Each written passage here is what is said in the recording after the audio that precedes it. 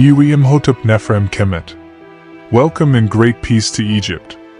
I am Ka, the overseer of works for the village of Deir el-Medina during the mid-18th dynasty. I worked under 3 successive kings, Amenhotep II, Thutmose IV, and Amenhotep III. I attained this high position through my skill. I and my wife, Merit, had 3 children.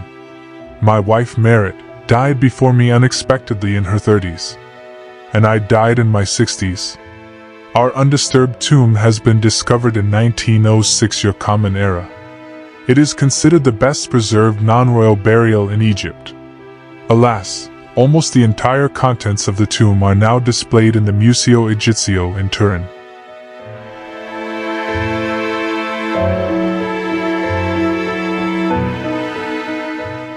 I have crossed the time barrier to talk to you about faience and glassmaking in our country.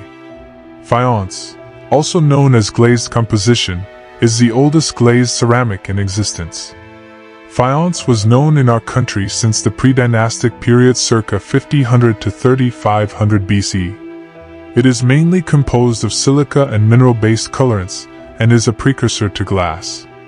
The glass was used in Egypt for a variety of purposes, including jewelry making and creating vessels for storage and decoration. During this time, glassmakers mixed quartz with the ashes of burned plants and added dyes.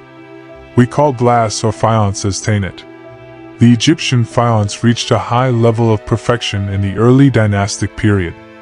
The most obvious example is the blue faience tiles which cover the burial chamber of King Zoser of the 3rd dynasty, which lies under his step pyramid in Saqqara. This was circa 2700 BC. Faience was used in making amulets, rings, beads, bowls, and necklaces.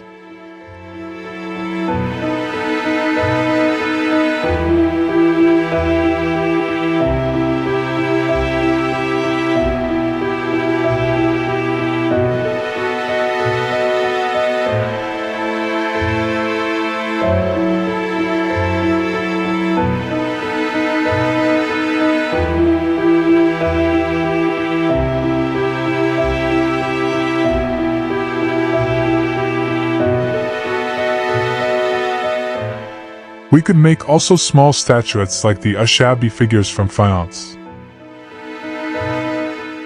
Faience is formed of an inner core and a glazed outer layer which is a blue or green color. These are the steps of making faience. The inner core is prepared from quartz, which is pounded, and its powder is mixed with sand and natron salt to form a paste. The workmen then use pottery molds that carry the object's required shape. This is the pottery mold, and that is the faience product from this mold. The paste would afterward be placed in the mold and pressed. Then it was removed when dried out. The outer glazed layer is formed of a mixture of this paste and the powdered glazing material.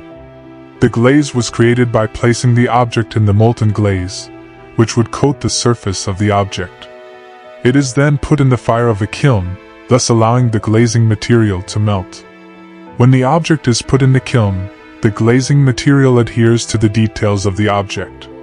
The paste now turning into the designed object would acquire a well-formed shape, and the object became coated with the glazing layer. The colors covering the object are obtained by melting oxides of iron, copper, and other metals.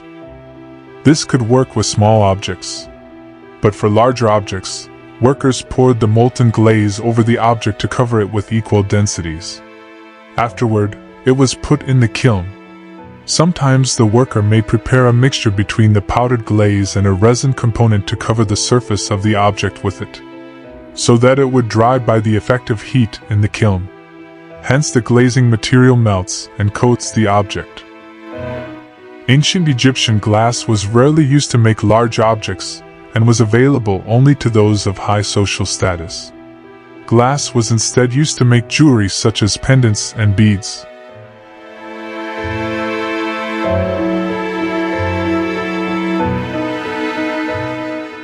Colored glass was used in mosaics, inlaid into furniture, or formed into figurines. Glass vessels, such as cups and bowls, were highly prized and often given as gifts or used in religious ceremonies. Egyptian glassmaking was not only renowned for its beauty and craftsmanship, but also for its practicality. The following steps explain how to make glass. It is important to note that the glaze of faience has the same structure as Egyptian glass.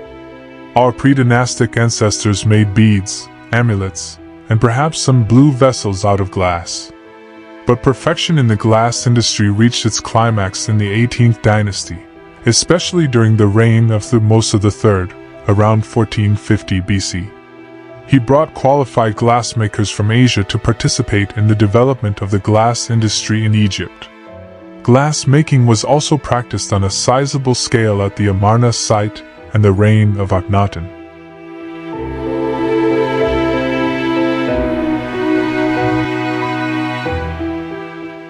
The glass was made of sand or quartz, which contained the element calcium. To this was added natron salt or ashes from burnt plants. Then coloring materials were added.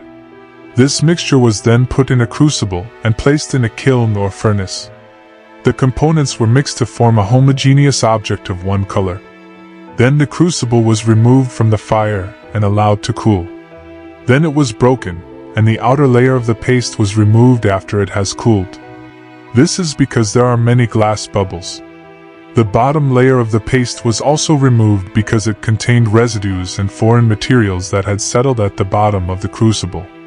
This is a fragment of glazing slag at the end of the process. Now we have a small block of pure glass, which can be cut into suitable glass pieces to make certain configurations.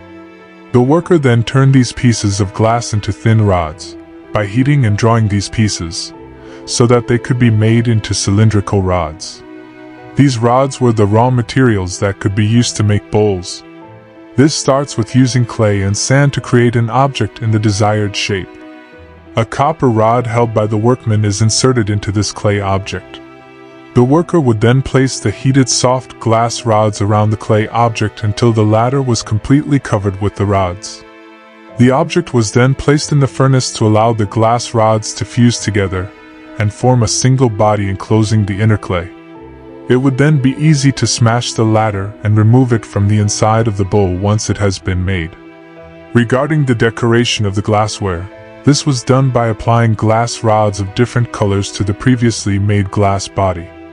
The colored rods would be softened by heat and fused with the glass object. An example of this technique can be viewed here. As the colored rods were softened, they were moved up or down to produce this beautiful wavy design. Sometimes colored glass could be made into ribbons which were then cut into small pieces for use in decorating vessels, a kind of mosaic-like work. Another technique was developed later. Here, the clay object has been immersed in the molten glass material until covered with a layer of glass. This would require a larger amount of molten glass and larger crucibles. In either method, the base, edge, and handle would be added to the object. Some authors believe that we have known glass making by blowing only since Roman rule. However, our scenes deny this, and there are examples of glass blowing. As shown, this is a molten blown glass piece.